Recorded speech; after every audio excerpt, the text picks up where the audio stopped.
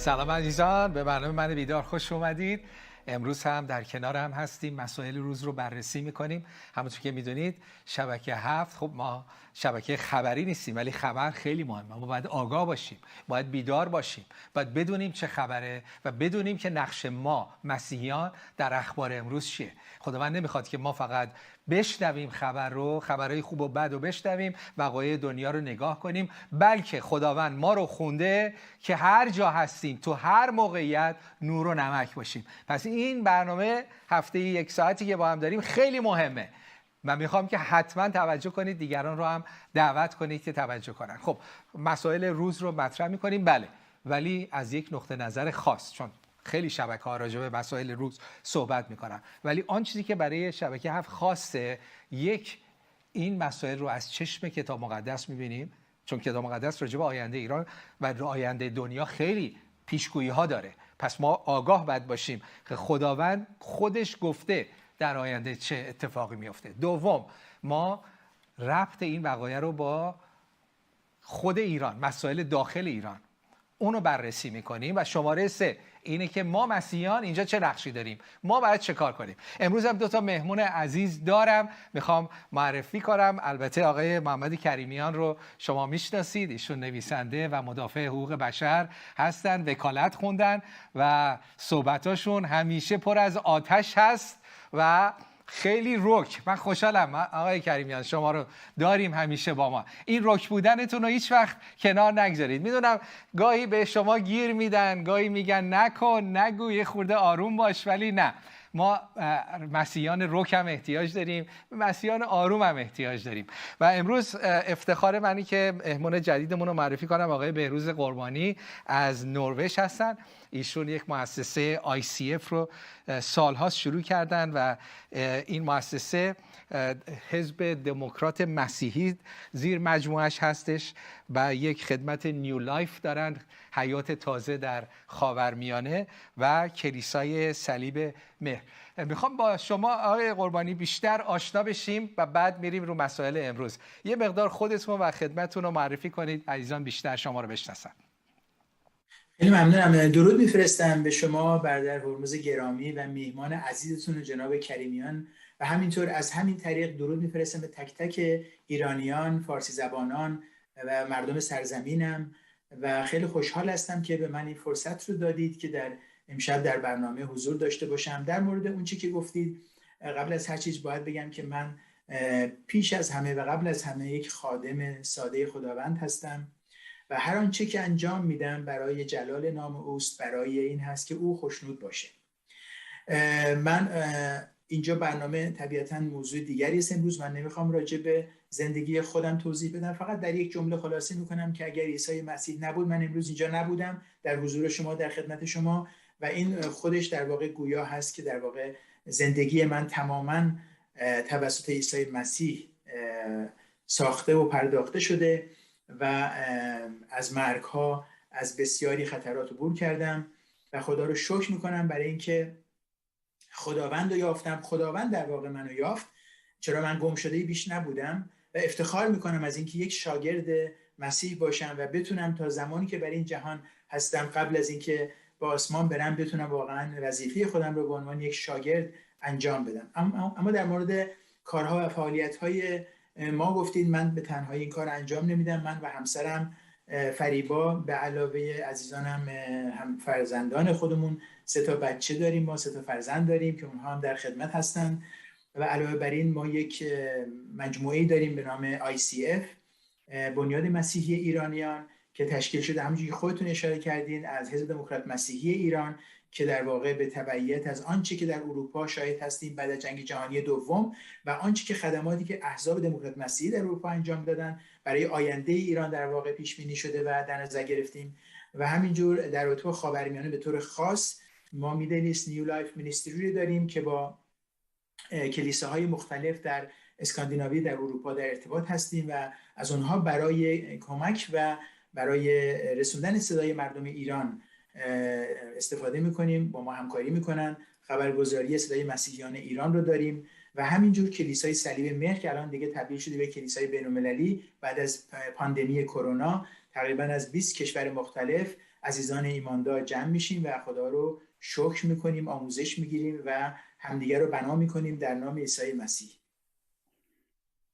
من بیشترم آشنا خواهیم شد به خصوص فعالیت‌هایی که دارید، حزب دموکرات مسیحی ایرانی و اصلا مسئله دموکراسی و سکولاریسم، مسئله‌ای که چند بارم صحبت کردیم، ولی حالا که شما هستید بیشتر به این مسئله با آقای کریمیان خواهیم پرداخت. پس امروز شروع، شاید در آینده باز این سری رو ادامه بدیم رو موضوعات مختلف. فکر کنم تیم خوبی هستیم امروز اینجا و صحبت‌های خوبی بشه. عزیزان با ما باشید و جلسات بعد باز هم مسائل سیاسی رو مطرح خواهیم کرد. به عنوان یک مسیحی باید آگاه باشیم. ولی امروز مسئله اوکراین رو صحبت می‌کنیم و شاید اولین سوالی باشه که خب اوکراین دیگه چه ربطی به ما داره؟ البته خب باز اونجا هم باید آگاه باشیم، ولی خیلی تشابهات هستش بین اوکراین و ایران.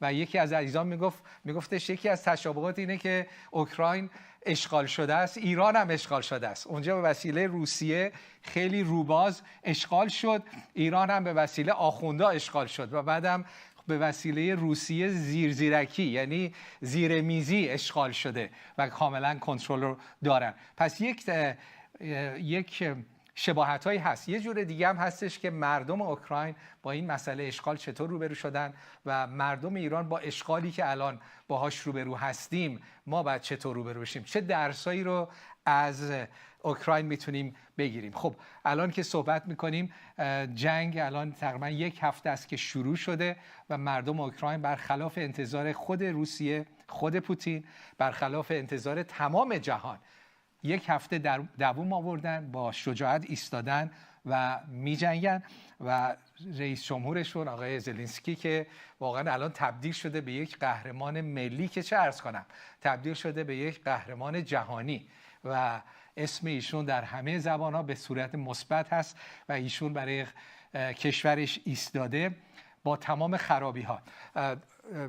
روسیه سعی کرد در عرض 3 روز بگیره اوکراین رو، ولی وقتی شکست خورد، در واقع شکست خورد و نتونست، الان در روزهای اخیر اونو متوقف کرده و حملات هوایی هست، خرابی‌هایی که هستش. اون عکس کیف رو می‌بینیم و عکسای زیادی که چطور دیگه خود سربازان نمیرن بلکه خرابی‌ها هستش، حملات هست و این جزء استراتژیشونه. با نیروی هوایی خرابی‌ها رو به وجود میارن، دلها رو میلرزونن و بعد نیروی زمینی میاد که بگیره و این حملات هوایی بیشتر و بیشتر خواهد شد و هستش و همه ما مردم دنیا الان برای اوکراین دعا میکنن و ایستادن و کمک میکنن. همین امروز صبح یکی از خادمین ما در اروپا به من خبر داد، گفتش که با یه گروهی و که هم ایرانی هم غیر ایرانی داریم با یک کامیون میریم طرف اوکراین که به اونها کمک برسونیم، آذوقه برسونیم. پس حتی ایرانی ها و مسیحیان ایرانی هم درگیر شدیم، نه اینکه باید بشیم بله، ولی شدیم. خب آقای قربانی، الان شما با اخبار روز میدونم خیلی آشنا هستید، یک به روز ما رو بکنید. امروز چه خبری از اوکراین میاد؟ بعد میریم راجع به بحثی که خواهیم داشت. ممنونم. اخبار که همونجوری که خودتون میدونید و آقای کریمیان مطمئناً اطلاعات بیشتری دارن، اخبار خیلی زیاده، اما اجازه بدین که آخرین خبری که به دستم رسیده رو به اطلاع شما و بینندگان عزیزتون برسونم و این نشون دهنده اون چیزی است که شما اشاره کردین. واقعا زلنسکی تبدیل شده به یک نماد مقاومت، نه فقط برای مردم اوکراین بلکه برای مردم جهان. امروز در اروپا دست به دست داره این خبر میپیچه و به دست میشه که امشب قرار هست که تمامی ناقوس کلیساهای اروپایی در حمایت از مردم قهرمان اوکراین در برابر در واقع تجاوز آشکار روسیه به صدا در بیاد، چراغ‌ها خاموش بشه و این در واقع قوت قلبی است برای مردم اوکراین که بدونن مردم اروپا با اونها هستن. هرچند که بسیاری از دولت‌های اروپایی بایستی وظیفه خودشون رو به جا می‌آوردن در رابطه با در واقع تحریم هوایی یا به عبارتی منطقه پرواز ممنوع در آسمان اوکراین اعلام می‌کردن که نکردن. بارها زلنسکی این رو خواسته ولی هنوز این کار انجام نشده و امیدواریم که به زودی منطقه پرواز ممنوع اعلام بشه آسمان اوکراین. اما همینقدر بدونید که مردم تمامی قطع شدن. بله دوباره برگشتیم، آماده ایم بحث رو ادامه میدیم با مهمانای عزیزمون آقای بهروز قربانی و محمد کریمیان. خوشحالیم که امروز با هم هستیم. مسئله خیلی مهم و جذاب و جالبیه، ولی میخوایم مفید هم باشه، مفید باشه برای ما ایرانی‌ها. اتفاقاتی که در اوکراین میفته آیا درسی برای ما ایرانی‌ها داره؟ چون اونجا یکی میگفت اونا اشغال شدن، ما هم اشغال شدیم، ما هم آخونده ما رو اشغال کردن و روسیه هم زیر میزی ما رو اشغال کرده. چه درسایی رو برای مردم ایران داریم؟ شاید هم برای همینه که حکومت ایران میترسه که جانبه روسیه رو نگیره. نظر شما رو میخوام، این ارتباطی که داره و درسایی که برای مردم ایران میتونیم بگیریم. آقای کریمیان شما صحبت میکردید، بعد از آقای قربانی خواهیم شنید. بفرمایید. بله، عرض کنم خدمت شما که خود این واقعه علیرغم ظاهر بسیار دردناکی داره که حقیقتا هم دل هر انسانی، هر آزادی به درد میاد از کشته شدن ملتی بی‌دفاع، و اما در بطن او عزیز من شیرینی عظیمی نهفته است. در واقع یک، به قول مولوی، لطف اندر قهر پیچیده شده است. خداوند ما خدای حقیقی و زنده که کتاب مقدس میگه دل فرعون رو سخت کرد، امروز فکر فرعون زمان رو، پوتین شیطان رو سخت کرد و این شخصی که در پروندهش جنایت علیه بشریت فراوان داره با پای خودش اومد در دام و در یک منجلابی خودش قرار داد. این پایان پوتینیزم هست. اتحاد جماهیر شوروی زندان ملل بود برادر، زندان ملل، و پوتین شیطان از طریق پوتین میخواد اون زندان رو احیا کنه، ولی متوجه نیست که الان اون زمان نیست. پوتین میخواد حالا هیتلر عصر حاضر بشه، ولی متوجه این واقعیت نیست. 80 سال پیش هیتلر میخواست جهان رو با لشکرگشایی فتح بکنه، نه امروز که صاحب یک رسانه قدرتش از صاحب یک لشکر بیشتره در عصر رسانه ها. و چنین کاری شما میبینید ظرف یک هفته پوتین به عنوان منفورترین چهره جهان معرفی میشه که حقیقتش هم همینه، به برکت رسانه ها و تکنولوژی که در زمان هیتلر نبوده، در زمان اتحاد جماهیر شوروی هم نبوده. و بعد زلنسکی، اون قهرمان بزرگ نه فقط اوکراین، قهرمان به نظر من جهان و بشریت، درود بر شرف این مرد که به جای اینکه فرار کنه ایستاده و در مقابل دیکتاتور بزرگ دنیا داره از آزادی دفاع میکنه. شکست پوتین در اونجا برادر جان که 100% شکست خواهد خورد، چه اشغال نظامی بتونه بکنه چه نتونه بکنه. اوکراین پیروزه و پوتینیزم شکست خورده. شکست او اهمیتش در اینه که شکست اردوگاه کمونیست و اسلامیسته.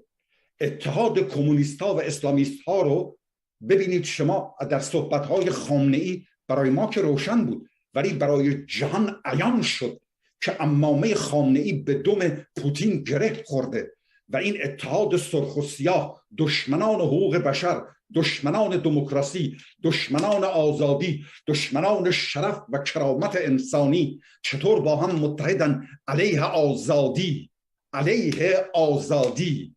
و بنابراین عزیزم این بسیار واقعی مهمی هست در طول تاریخ بشر، در طول تاریخ واقعی مهمی هست و شما خواهید دید که بعد از این جریان چطور اردوگاه کمونیست که دشمن حقوق بشر هست با شکست بزرگ مواجه میشه. میگه و من عرض کردم که خداوند به باور من همونطور که قلب فرعون رو سخت کرد، فکر پوتین رو، و چون قضا آید طبیب ابله شود، آن دوا در راه خود گمره شود. صحبت‌های بیشتر رو میذارم برای دور بعد که نوبتم بشه عزیزم. مرسی آقای کریمیان. از آقای قربانی میشنویم، بفرمایید. عرض به حضور شما که من لذت میبرم از صحبت‌های جناب کریمیان. بسیار با شور و هیجان صحبت میکنن و منم بسیار بسیار لذت میبرم. امیدوارم بینندگان شما هم در واقع مثل من از سخنان ایشون هم لذت ببرن، هم آگاهیشون بالاتر بره. مطلب و گفتنی زیاد هست برادر عزیز و گرامی، واقعا درد دلها زیاد هست، اما من متمرکز میشم روی درس‌های بزرگی که امروز مردم اوکراین، رهبری حکومت اوکراین در واقع به ما آموخت و داره میآموزه، به مردم جهان داره میآموزه. برای مردم ایران به ویژه این بسیار آموزنده هستش که ما میبینیم که اگر مردمی اراده بکنن که در برابر تجاوز، در برابر قلدری و در برابر تجاوز غیر قانونی بایستند، چطوری جهان هم میسته همراه با اونها. امروز اون اتحادی که ما شاهد هستیم در تاریخ بی سابقه است. شما نگاه بکنید تمامی مردم، تمامی شرکت‌های حتی خصوصی، می‌بینیم حتی مثلا صحبت از این میشه که اپل، آدیداس و بسیاری که شرکت‌هایی که تولیداتی دارن حاضر شدند میلیون‌ها میلیون ضرر بکنند اما هرگز با پوتین و دولت پوتین معامله نکنند. و این نشون میده که چطور میشه تحت تأثیر قرار داد تمامی وجدانهای بیدار رو و چطور میشه در واقع عدالت رو جانشین بی‌عدالتی و ظلم کرد. من از این فرصت استفاده میکنم و خطابم به تمامی هموطنان خودم هست، چرا که ما با رژیمی روبرو هستیم در 43 سال گذشته که ایران رو به اشغال خودش در آورده و میبینیم که برای حکومت ننگین خودش چه بسیار عزیزانی رو سربدار کرده، چه بسیار عزیزانی رو شکنجه کرده و چه بسیار عزیزانی رو که آواره کشورهای مختلف کرده، مغزها رو فراری داده. میبینیم که امروز نه فقط مردم دانشجو و آگاه کشور، بلکه معلمین، کارگران، کشاورزان، زنان، همه اقشار مختلف، کسانی که در واقع بازنشستگان، همه رو در بر گرفته و ما میریم به سمتی که همون کاری که مردم اوکراین در برابر تجاوز خارجی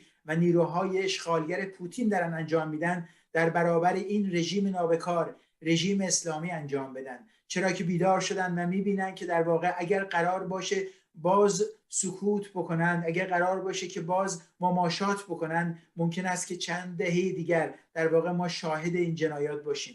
و امیدوار هستم که پیامی که امروز مردم اوکراین با مقاومتشون برای همه مردم دنیا دادن، برای مردم ایران در واقع سرآغاز و سرچشمه مقاومتی دلیرانه در مقابل این رژیم باشه. و من خودم خیلی خوشبین هستم. به قول برادرمون کریمیان گفتن ما نمیدونیم در آینده، در روزهای آینده چه اتفاقی خواهد افتاد، چون میدونید 64 کیلومتر طول در واقع نیروهای زرهی و ارتش روسیه است که داره به سمت پایتخت نزدیک میشه و اونها هیچ جنایتی رو برای اشغال پایتخت فروگذار نکردن و کم نکردن. اما آنچه که مهمه که این در تاریخ ثبت شد و مردم اوکراین نشون دادن که در مقابل نقشه‌های پلیدانه تجاوزکارانه پوتین و رژیمش ایستادن و این خودش پیروزی است و باعث امید و انگیزه عالی برای مردمی مثل مردم ایران و منطقه خاورمیانه هست که در محور شرارت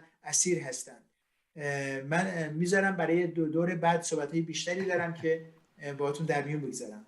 بله، مقایسه که میکنیم درسایی که مردم ایران میتونن از این واقعه بگیرن، یکی همون که شما مطرح کردید و این الهامیه که ما مردم ایران ما هم میتونیم، اگر همچین ملت کوچکتر از ایران از هر لحاظ و تونست جلوی همچین قدرتی بزرگتر از حکومت ایران بایسته، پس ما هم میتونیم. و شاید دولت ایران از این پیغام خیلی میترسه.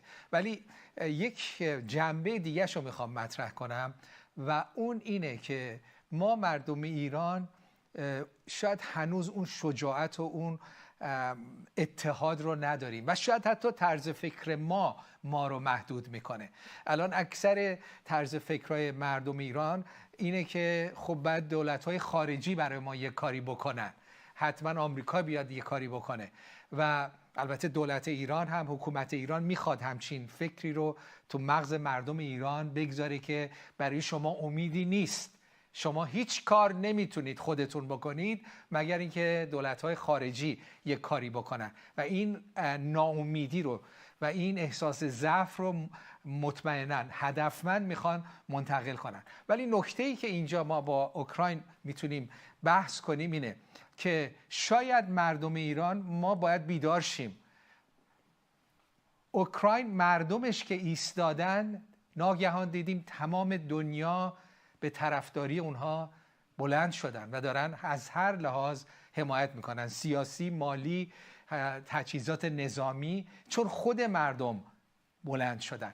ولی با ایران که مقایسه میکنیم، چون مردم ایران به اون صورت هنوز بلند نشدن، بعد انتظار داریم که مردم کشورهای دیگه، کشورهای خارجی برای ما بایستن. اگر خودمون هنوز برای خودمون نایستادیم، فکر میکنیم اونا کاسه داغ‌تر از آش برای ما خواهند ایستاد و این آزادی رو برای ما خواهند آورد. نخیر، همچین چیزی نیست. و دلیل این که در اوکراین، این نظر منه، نظر شما رو میخوام بپرسم، دلیل این که تمام دنیا دارن پشتیبانی مردم اوکراین رو میکنن، میبینن چون مردم خودشون ایستادن پس ما بریم.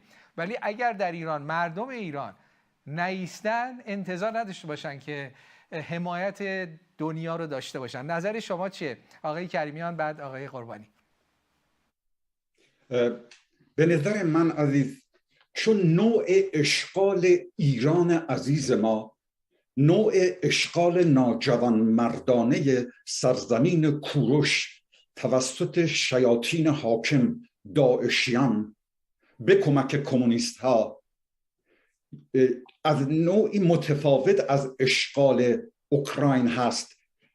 بذارید بگم اون اشغال سخت افزاریه و این اشغال نرم افزاری، و ملت ایران به زیبایی در مقابل این نوع اشغال منتها از جنس خودش مقاومت کردن. چطوری؟ ملت ایران رو برده خودشون کردن از طریق اسلام. یک ملت رو به بردگی کشیدند علمای دین که عیسی مسیح به اونها میگه ای ماران، ای اقربها، ای افعی زادگان، چگونه از آتش جهنم خواهید گریخت.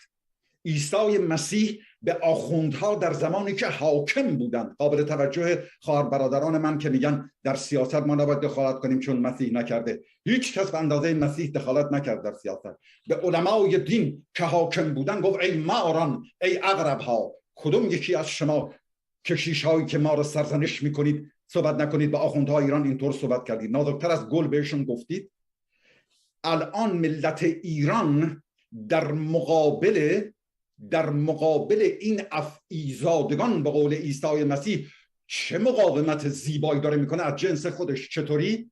خودش رو در سکوت و در همون عرصه نرم افزاری از زیر سلطه اسلام بیرون میکشه و هر روز عده بیشتری از اسارت اسلام بیرون میان. بخشی از اونها به آغوش عیسی مسیح هم میرن، ولی کلن خیلی وسیع‌تر از تعداد مسیحیان ایران از اسلام خارج شدن و میشن هر روز، هر ساعت. این یک مقاومت برادرشان، این یک مقاومت در نوع خودش بسیار بی‌نظیر، کم نظیر و شکوهمنده. مردم چندین بار قیام کردند، به خیابانها ریختند، ولی با یک نظام داعشی مواجهن که هزاران نفر رو، همین 2 سال پیش هزاران نفر رو در کف خیابان، هزاران بی سلاح و بی دفاع رو به خاک و خون کشید. پس بنابراین مردم باهوش، بسیار هوشمند ایرانی در روش خودشون دارن مبارزه میکنن و اون روش اینه که خودشون رو از اسارت فکری اول دارن آزاد میکنن. محال یک ملت آزاد بشه مادام که اسارت فکری داره و الان مردم در حال رهایی هستن از اون. و این رو مهندس بازرگان که شخصیتی بسیار شریفی بود به خمینی نوشت، گفت من میبینم با این حکومتی که تو داری تشکیل میدی، من میبینم که با این ولایت مطلقه‌ای که تو داری تشکیل میدی، نامه‌اش هست، میبینم که یخرجون من دین الله افواجا. قرآن میگه یدخلون فی دین الله افواجا، مردم فوج داخل اسلام میشن. بازرگان مسلمان به خمینی میگه من میبینم و امروز اون چی که اون پیر در خشت خام میدید ما در آینه نمیدیدیم، ولی امروز میبینیم که مردم به فیض مسیح یخرجون من دین الله افواجا. بفرمایید برادر جان. آمین.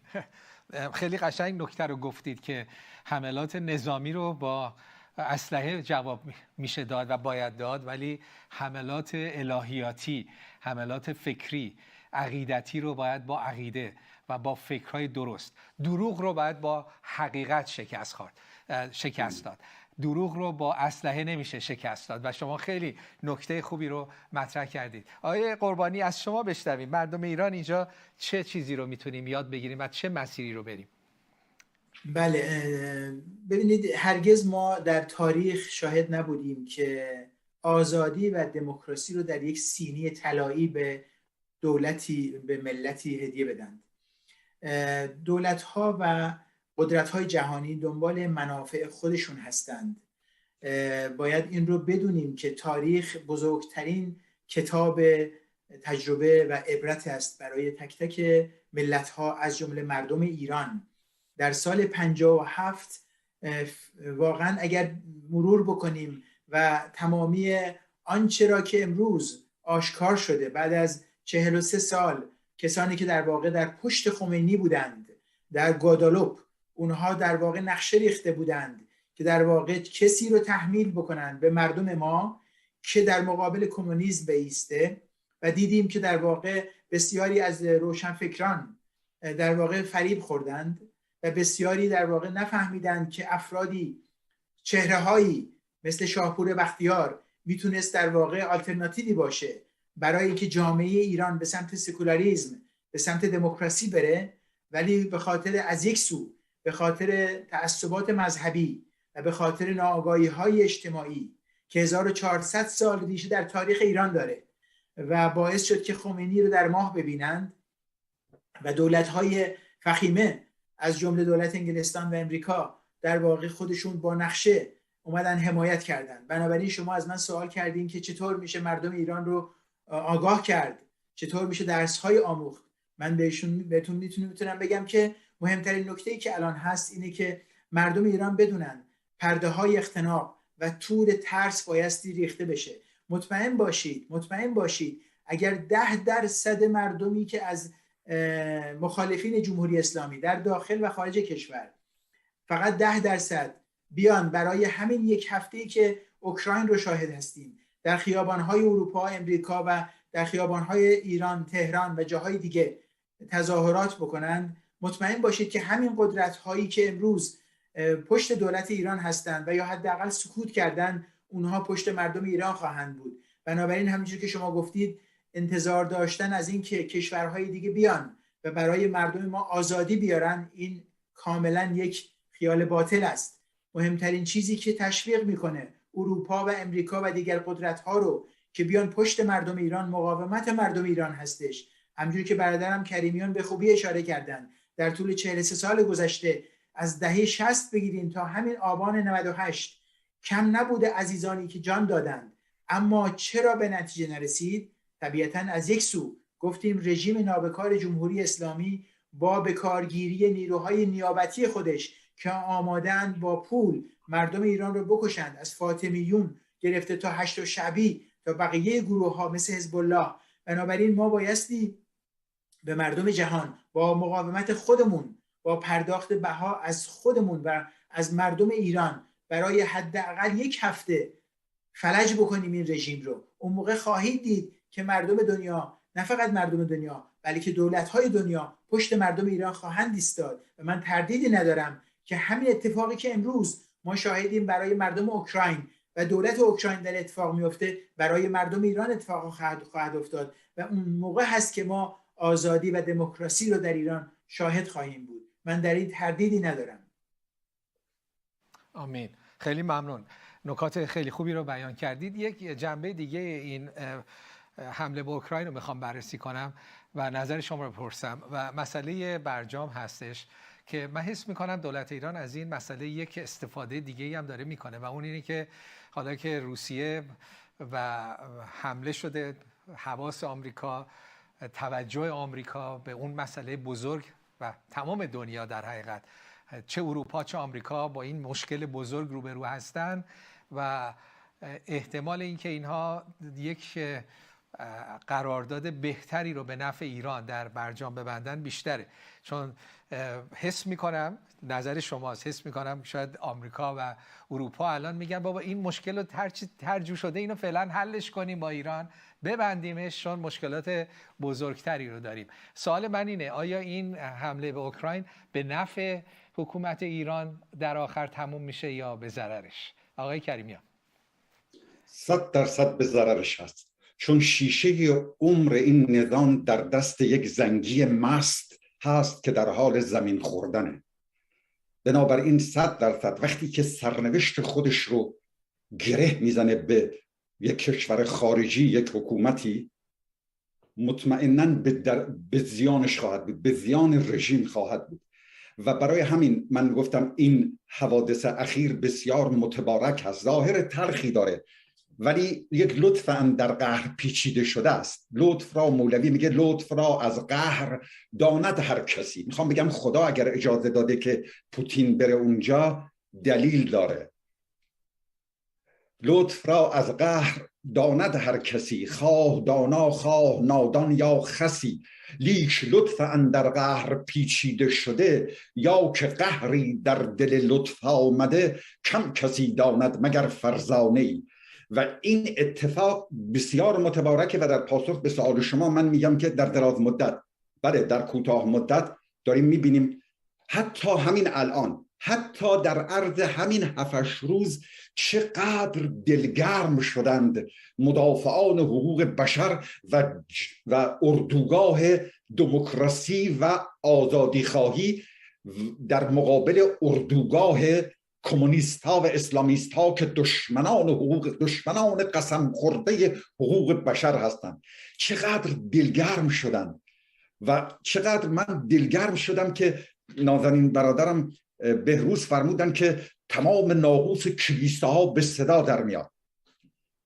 عزیزان من در ضمن تو پرانتز اینو گفته باشم، من دست اون کشیشانی که با ما مخالفن میبوسم. اینطور نیست که دشمن شاد بشه که ما با هم اختلاف داریم. هیچ اشکالی نداره که ما اختلاف در مسائل سیاسی داشته باشیم، در بعضی مسائل طبیعیه که انسان ها با هم اختلاف دارن، ولی ما برادریم و من دست اون عزیزان رو میبوسم و اساءه ادب نشده باشه، اگر شده عذرخواهی میکنم.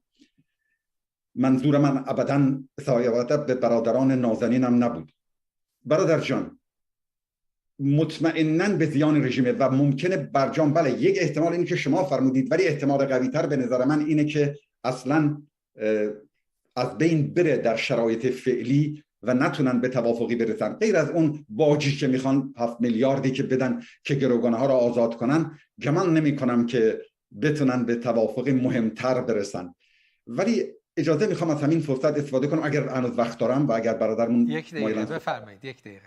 بله، من از نظر حقوقی میخوام اصلاح کرده باشم پوتین رو، چون میگه که بعضی‌ها رو فریب داده، خیلی‌ها رو فریب داده با این حرف. خب ما احساس امنیت نکردیم، ناتو آمده در مرزهای ما، ناتو در خیلی از که در بعضی دیگه از کشورهای تازه استقلال یافته، کشورهایی که از اتحاد جماهیر شوروی استقلال پیدا کردن، در اونجا هم حضور داره و چرا به اونا حمله نشد؟ یا میگه که ما بله این زمانی جزء ما بوده اصلا. خب روسیه هم زمانی جزء امپراتوری ایران بوده، ما الان رو کل روسیه ادعا کنیم؟ یا دلایل دیگه میاره که ناتو مقصره. آیا در چچن که پوتین جنایت علیه بشریت کرد و مسلمان ها رو قتل عام کرد که صدای خامنه‌ای هم در نیامد، آیا اونجا ناتو بود؟ آیا حلب رو که به خاک و خون کشید و یک کشور رو، سوریه رو تبدیل کرد به تلد از خاک، آیا اونجا هم ناتو بود؟ خواستم اینا رو عرض کنم که کسی فریب این استدلال‌های این شیطان رو نخوره. من اگه برای در یک فیلمی می‌خواستم بسازم و نقش شیطان رو بدون جریم، بدون احتیاج به جریم و میکاپ می‌خواستم به کسی بدم، 100% اون پوتین بود. خود شیطان رو تجسم می‌کنه. بفرمایید عزیز. بله، خیلی خیلی ممنون. و یکی از نکاتی که از عزیزان میگفت و حالا شما موافقید یا مخالف، که اگر الان به ایران حمله بشه از خارج، به خصوص اگر از طرف دنیای غرب ایران حمله بشه، مردم ایران خیلی هاشون شاید خوش آمد بگن، نمیدونم، ولی اینو من شنیدم، ولی مطمئناً دست به اسلحه بر نمیدارن که از این حکومت آخوندی دفاع کنن و جانشون رو بدن، ولی برای این حکومت اوکراین دارن این کارو میکنن، چون نه فقط برای حکومت، برای خودشونه، ولی اعتماد دارن به رهبران سیاسیشون. یه نکته طنز میگم و بعد با آقای قربانی تمومش میکنیم. یکی از عزیزان یه نکته قشنگ میگفتش که در اوکراین این آقای زلنسکی کمدین بود، مردم رو میخندوند و مردم بهش میخندیدن و بعد قدرت رو به دست گرفت و حکومت رو به دست گرفت. ولی در ایران برعکسه، اول رهبران حکومت رو به دست گرفتن، بعد مردم به اینها میخندن و یک تشابه اینطوری هستش. آقای قربانی، راجع به اگه اولا چند دقیقه وقت داریم، اگر چیزی هستش که در قلب شماست که صحبت نکردیم بفرمایید، ولی یه جمع‌بندی از صحبت‌های امروزمون بکنید، حرف آخر رو شما بزنید. بفرمایید. خیلی ممنونم، خیلی سپاسگزارم و ممنونم از صحبت‌های دوست عزیزم کریمیان گرامی. من میتونم اینطوری بیان بکنم در مورد سوالی که راجع به برجام پرسیدین. از نظر من هم در واقع این جنگ تجاوزکارانه پوتین به اوکراین کاملا به ضرر جمهوری اسلامی در نشست برجام هست، چرا که من در طول 2-3 روز گذشته شاهد بودم که لحن اعضای شرکت کننده در وین بسیار تندتر شده و این نشون میده که در واقع اونها میدونن که در واقع دولت جمهوری اسلامی میخواد از یک سو بدون اینکه در واقع بیاد پای تعهدات جدی، میخواد در واقع پولی رو که نیاز داره برای ادامه بقای حکومت ننگین خودش دست پیدا بکنه، همون کاری که در واقع در مرحله گذشته اوباما انجام داد و پولهایی که در واقع به ایران داد، در واقع در لبنان، در عراق و در سوریه و در جاهای دیگه مصرف شد و چیزی به جیب مردم ما نرفت و سفره ها همچنان خالی است.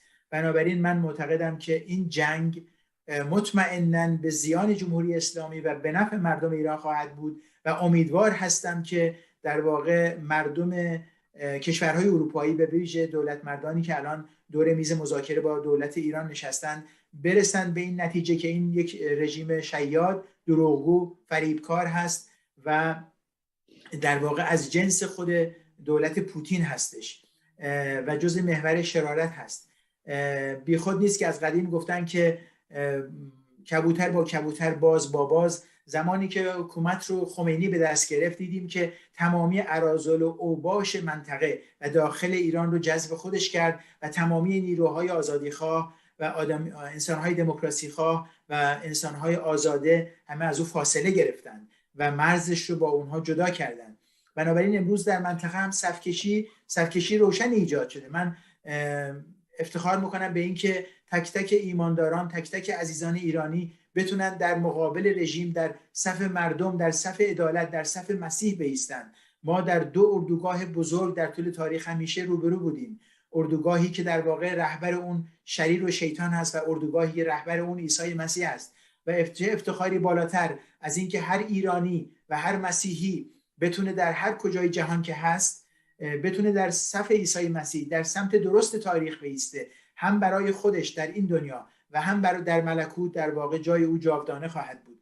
اما در رابطه با جمع‌بندی امشب من فکر می‌کنم که مهمترین رمز و راز موفقیت مردم اوکراین اتحاد و همبستگی بود. بنابراین نتیجه می‌گیریم که رمز و راز موفقیت مردم ایران در برابر دیکتاتوری فاشیسم مذهبی در واقع اتحاد و همبستگی است، فارغ از هر گونه مذهب، هر گونه باور، هر گونه ملیت، هر گونه فرهنگ و زبان. بایستی کنار هم بایستیم. این تنها راه عبور از تونل تاریک و در واقع شرارت این شریران هستش. ما در چند روز گذشته، هفته‌های گذشته، از طریق همکاری با بسیاری از احزاب و گروه‌هایی که اونها نیز خواستار دموکراسی، عدالت، برابری در جامعه ایران هستند، از طریق کارگروه ملی فراخوان‌ها در رابطه با مردم ایران صدای اونها بودیم و خواهیم بود. از سفره‌های خالی مردم ایران سخن گفتیم. حمایت از بازنشستگان، حمایت از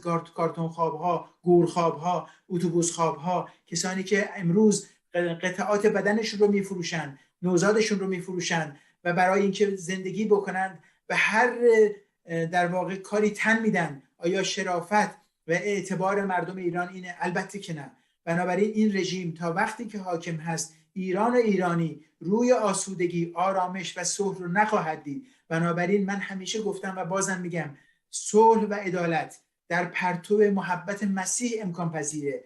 من این رو برای تمام دوستانم، عزیزانی که مسلمان هستند، عزیزان سنی مذهب و بقیه اعلام میکنم که آنچه که امروز اروپا شاهدش هستش، بعد از آنچه که مارتین لوتر انجام داد در قرن 15 میلادی، امروز ما در رنسانسی در ایران نیازمند اون هستیم، در خاورمیانه، که بتونیم عدالت، برابری، دموکراسی و سکولاریسم رو جایگزین فردیت و دیکتاتوری فاشیسم مذهبی حاکم بر ایران بکنیم و این روز دیر نخواهد بود. فقط تمنا و خواهش من این هست که مسائل و اختلافات رو دامن نزنیم، بیاییم اصل رو بر اتحاد بذاریم. یک ملت، یک دولت و یک پرچم و یک سرزمین خواهیم داشت، سرزمین شیر و خورشید، سرزمینی که در کنار هم مردم فارس زبان، ترک زبان، بلوچ، عرب، ترکمن، همه کرد در کنار هم می ایستند و همه مذاهب در کنار هم می ایستند، چرا که بر اساس قانون و منشور جهانی حقوق بشر آزادی مذهب یکی از منشورهایی خواهد بود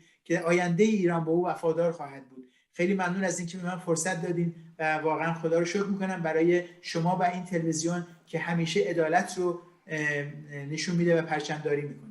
آمین. خیلی ممنون آقای قربانی و آقای کریمیان. حتما با هم جلسات آینده خواهیم داشت. موضوع خیلی زیاده. همین صحبت آخر شما یک به عنوان یک مسیحی، اصلا یک مسیحی میتونه طرفدار دموکراسی باشه؟ چون حکومت مذهبی رو و